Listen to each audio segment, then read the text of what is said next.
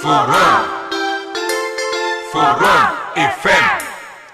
Radio Forum FM 105.8. Soyez les bienvenus à la radio Forum FM. Nous vous remercions, nos auditrices et auditeurs. Radio des droits de l'homme au service des auditeurs. Radio Forum FM, accueille les hospitaliers. C'est votre chance et vous aime bien.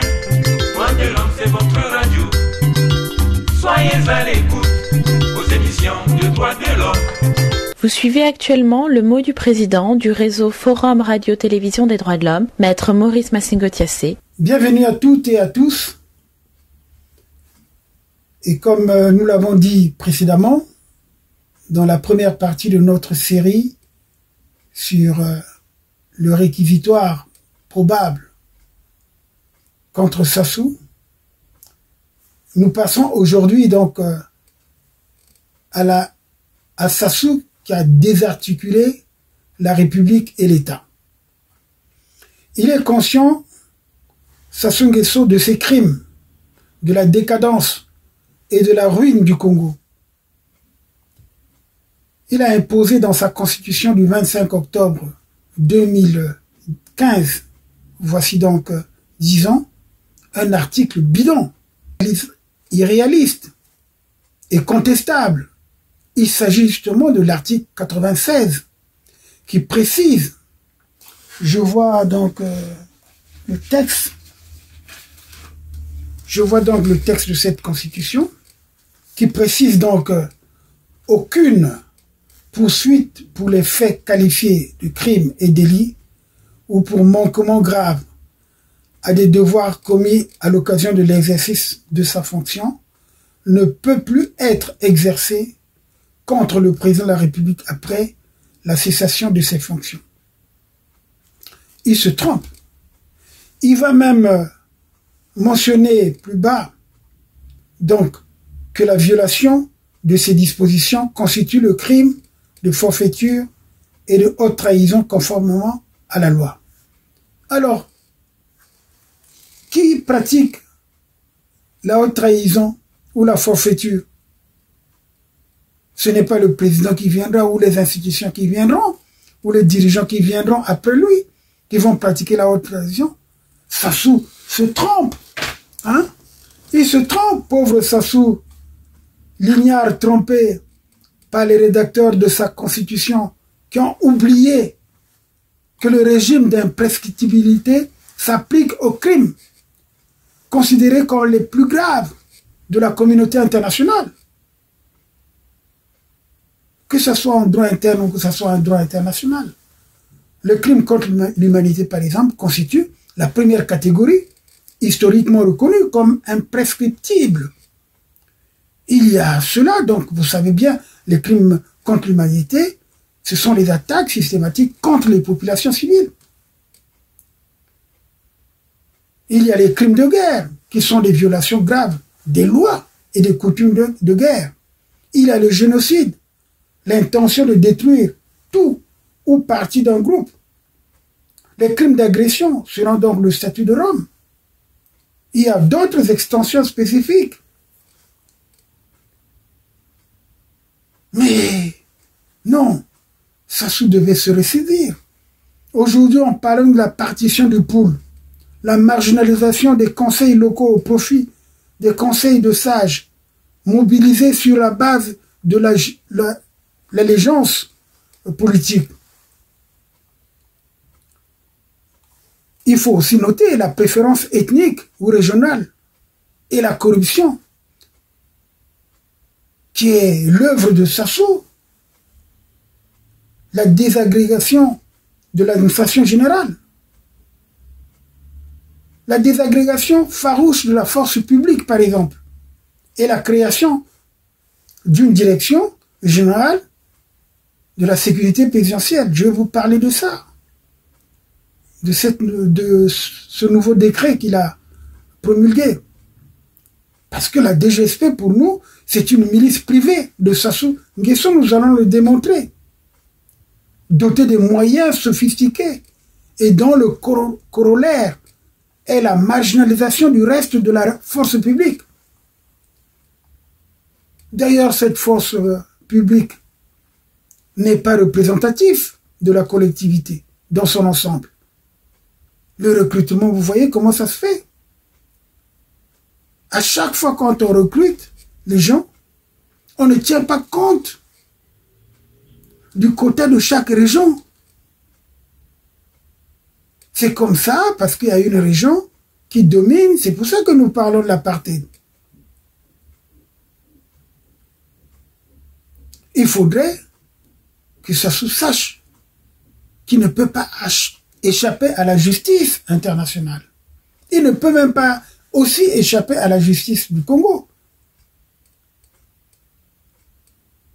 La restauration des mécanismes et autres instruments de répression politique, sécurité d'État, garde présidentielle, les écoutes téléphoniques, violation du secret de correspondance, censure des médias d'État, arrestation et détention arbitraire pour délit d'opinion,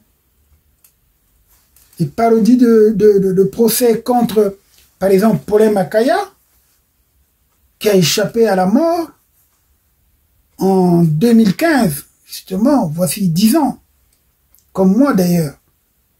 Il y a eu, comme je l'ai dit, ces parodies de procès du général Jean-Marie Michel Mokoko, d'André Okombi-Salissa, du général Norbert Dabira, de maître Jean-Martin Bemba, du colonel Marcel Sourou, les arrestations abusives des gens comme Jacques Banangazala, de Jean Gwabi, et bien d'autres.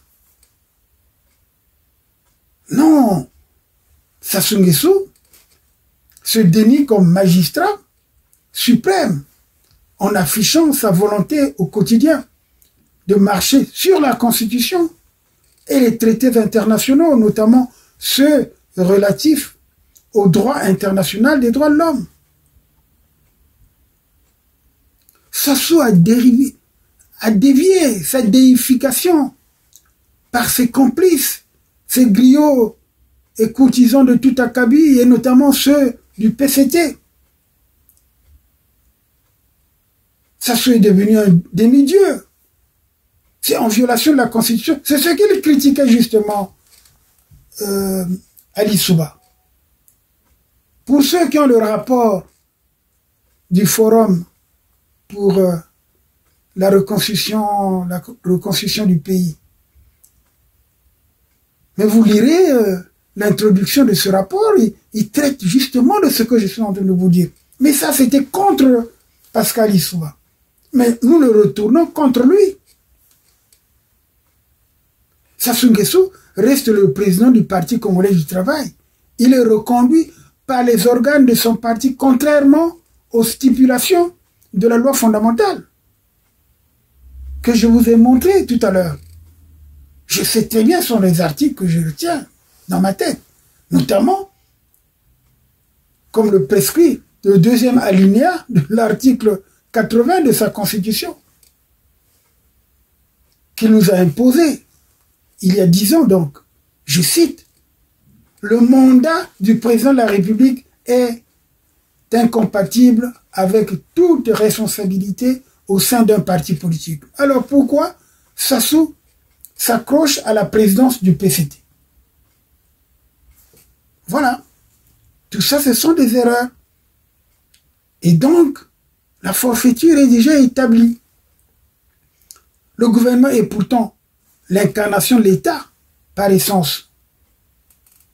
Impersonnel et neutre, malheureusement, comme le disposent les différentes constitutions, il détermine et conduit la politique de la nation, il dispose de l'administration et de la force publique.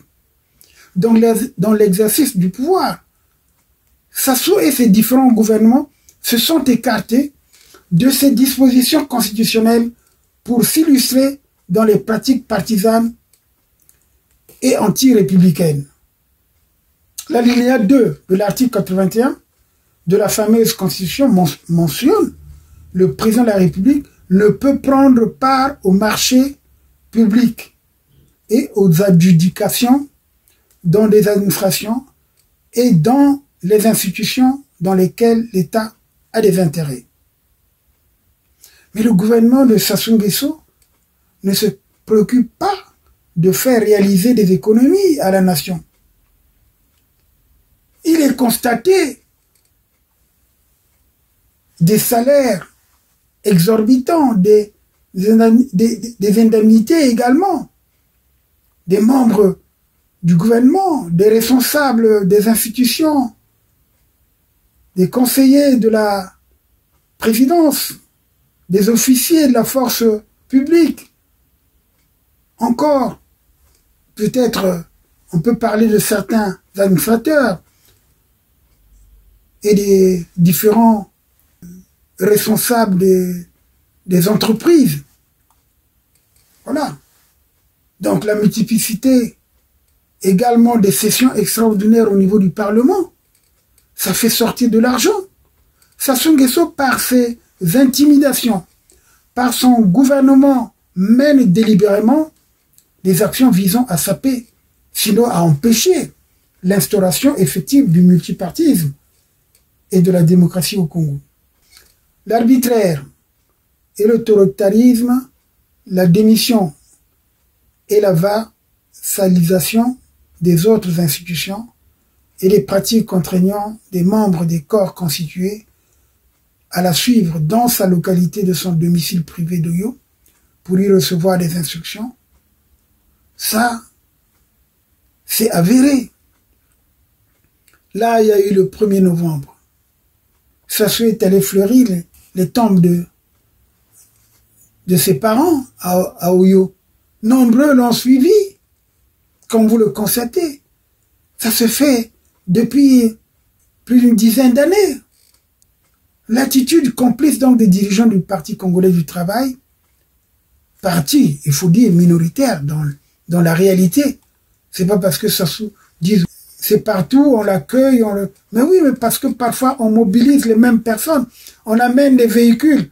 Quand il va à Pointe-Noire, il y a beaucoup de véhicules, des gars de Talanga qui vont à Pointe-Noire, des militants à qui on donne de l'argent.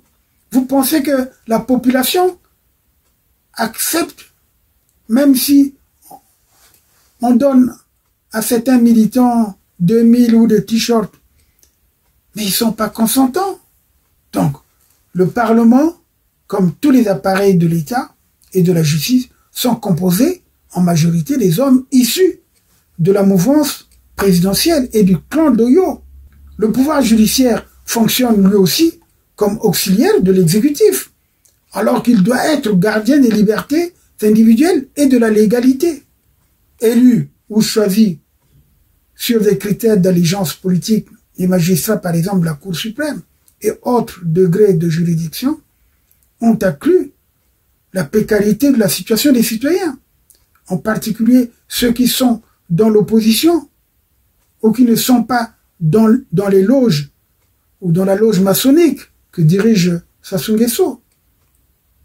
L'administration est gérée dans l'esprit de la politique d'apartheid, avec la personnalisation du pouvoir par la concentration entre ses mains de tous les pouvoirs exécutifs, législatifs et judiciaires, l'affirmation de la théorie de la démocratie de l'intimidation, alors que la Constitution confère des pouvoirs énormes à toutes les institutions constitutionnelles.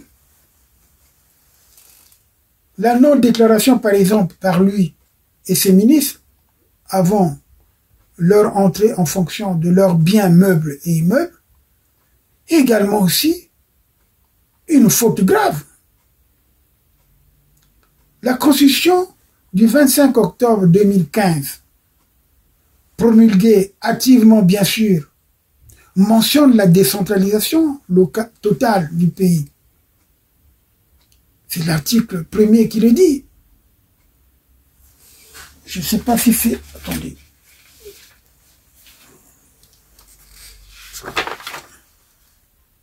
Oui, justement, c'est l'article 1er qui le dit, que la République du Congo est un État souverain et indépendant, décentralisé, indivisible,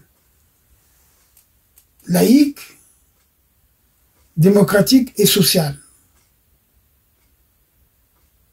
C'est là où justement nous allons revenir sur la question de la fédération. Alors pour cette deuxième partie, nous arrêtons parce que nous allons poursuivre notre réquisitoire. Il faut que ça soit plus court pour que vous soyez en mesure de l'intérioriser. Merci beaucoup de m'avoir suivi pour cette deuxième partie. Et donc, dans quelques jours, vous aurez la troisième partie. Merci beaucoup, à bientôt. Forum FM, Radio Forum FM 105.8. Soyez les bienvenus à la Radio Forum FM. Nous vous remercions, nos auditrices et auditeurs. Radio des droits de l'homme au service des auditeurs. Radio Forum FM, accueille les hospitaliers. Maximo Chassé vous aime bien. Droits de l'homme, c'est votre radio. Soyez à l'écoute.